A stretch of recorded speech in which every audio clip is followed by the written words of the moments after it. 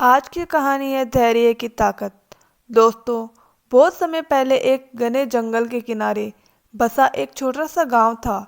यह गांव प्राकृतिक सौंदर्य से भरपूर था, लेकिन गांव के लोग हमेशा जीवन की छोटी छोटी कठिनाइयों से घबरा जाते थे। उनकी समस्याओं का समाधान ढूंढने के लिए गांव में एक महान संत रहते थे, जिन्हें सब संत शिवनंद कहकर बुलाते थे। वह अपने ज्ञान और धैर्य के लिए पूरे क्षेत्र में प्रसिद्ध थे। एक दिन संत शिवनंद ने गांव के मंदिर के प्रांगण में सत्संग का आयोजन किया। गांव के सभी लोग बड़ी उत्सुकता के साथ वहां जमा हुए। संत ने सबको संबोधित करते हुए कहा, प्यारे बच्चों, इंसान में धैर्य हो तो वह जीवन की सबसे बड़ी समस्या का समाधान भी कर सकता है। इतना कहने के बाद संत थोड़ी देर के लिए रुके। तभी भीड़ में से एक युवक खड़ा हुआ। उसका नाम कबीर था।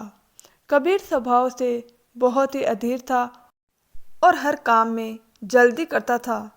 उसने संत से प्रश्न किया, गुरुदेव, क्या धैर्य के बल पर हर चीज संभव है?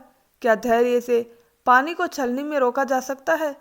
संत शिवनंद मुस्कुराए और बोले, हाँ, अगर तुम में पानी को बर्फ में बदलने तक का धैर्य है तो पानी छलनी में ठहर सकता है। यह उत्तर सुनकर कबीर हैरान रह गया। लेकिन गुरुदेव, यह तो असंभव सा लगता है। कृपया मुझे समझाइए कि धैर्य कैसे इसे कर सकता है। संत ने उसकी आंखों में देखा और कहा, कबीर, जीवन का सबसे बड़ा पाठ है धैर्य। इसे समझने के लिए तुम्हें अपने जीवन में इसे अपनाना होगा। चलो मैं तुम्हें एक कहानी सुनाता हूँ। बहुत समय पहले एक राजकुमार था जिसका नाम आदित्य था। वह स्वभाव से अधीर था और हर चीज तुरंत पाना चाहता था। एक दिन उसके राज्य में भीषण अकाल पड़ा। राजकुमार ने सोचा कि वह अपनी ताकत और धन से सब कुछ ठीक कर सकता है, लेकिन कई प्रयासों के बावजूद वह असफल रहा। हताश होकर वह एक ज्ञानी साधु के पास गया। साधु ने उसे कहा, यदि तुम सच में समस्या का समाधान चाहते हो तो पहले धैर्य रखना सीखो। राजकुमार ने पूछा, लेकिन धैर्य कैसे मेरी समस्या का हल कर सकता है? साधु ने मुस्कुराते हुए कहा, मैं तुम्हें 3 कार्य दूंगा। अगर तुमने पूरा कर लिया तो तुम्हें समझ में आ जाएगा कि धैर्य कितना महत्वपूर्ण है। पहला कार्य था एक बीज बोना, तब तक इंतजार करना जब तक वह पेड़ न बन जाए। और दूसरा कार्य था एक बहती नदी के किनारे बैठकर यह देखना कि पानी कैसे अपने आप शांत हो जाता है। तीसरा कार्य था एक कुम्हार के साथ रहकर यह समझना कि मिट्टी का एक साधारण ढेला कैसे सुंदर घड़ा बनता है। राजकुमार ने तीनों कार्यों को पूरा करने का संकल्प लिया। उसने पहले बीज बोया और रोज उसे पानी देने लगा। पहले कुछ दिन उसे कोई परिवर्तन नहीं दिखा, लेकिन वह धैर्य रखता रहा।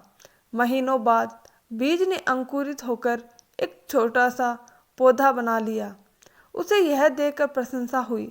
दूसरे कार्य में वह नदी के पास बैठ गया। पहले उसे नदी का शोर परेशान करता था, लेकिन धीरे धीरे उसने महसूस किया कि नदी का पानी अपने आप शांत हो जाता है। यह उसके लिए एक नई सीख थी। तीसरे कार्य में वह एक कुम्हार के साथ रहने लगा। उसने देखा कि कैसे कुम्हार धीरे धीरे मिट्टी को आकार देता है और उसे धूप में सुखाता है और फिर आग में पकाता है। यह प्रक्रिया उसे सिखाती है कि अच्छी चीज़ समय और धैर्य से ही बनती है। इन तीनों कार्यों ने राजकुमार को सिखाया कि धैर्य जीवन का सबसे बड़ा गुण है। वह साधु के पास लौट आया और बोला, गुरुदेव, अब मैं समझ गया कि धैर्य से बड़ी कोई शक्ति नहीं है। साधु ने उसे आशीर्वाद दिया और कहा, अब जाओ अपने राज्य के लोगों को यह सीख सिखाओ। संत शिवनंद ने कथा समाप्त की और फिर कबीर की ओर देखा। उन्होंने कहा, इस कहानी से तुम्हें यह समझ आया होगा कि धैर्य किसी भी समस्या का समाधान कर सकता है। पानी को छलनी में रोकने की बात प्रतीकात्मक है। इसका अर्थ है कि अगर तुम्हारे पास धैर्य है तो तुम असंभव लगने वाले काम को संभव बना सकते हो। कबीर ने सिर झुकाकर कहा, गुरुदेव, आज से मैं धैर्य रखना सीखूंगा। संत शिवानंद ने उसे आशीर्वाद दिया और कहा, याद रखना, धैर्य ही सच्चे सुख और सफलता की कुंजी है। जीवन में चाहे कितनी भी कठिनाइयाँ क्यों ना आ जाए, अगर तुम धैर्य से काम लोगे तो हर समस्या का समाधान मिल जाएगा।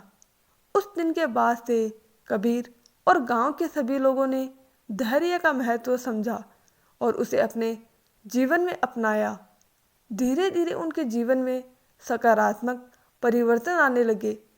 दोस्तों, धैर्य जीवन का सबसे महत्वपूर्ण गुण है।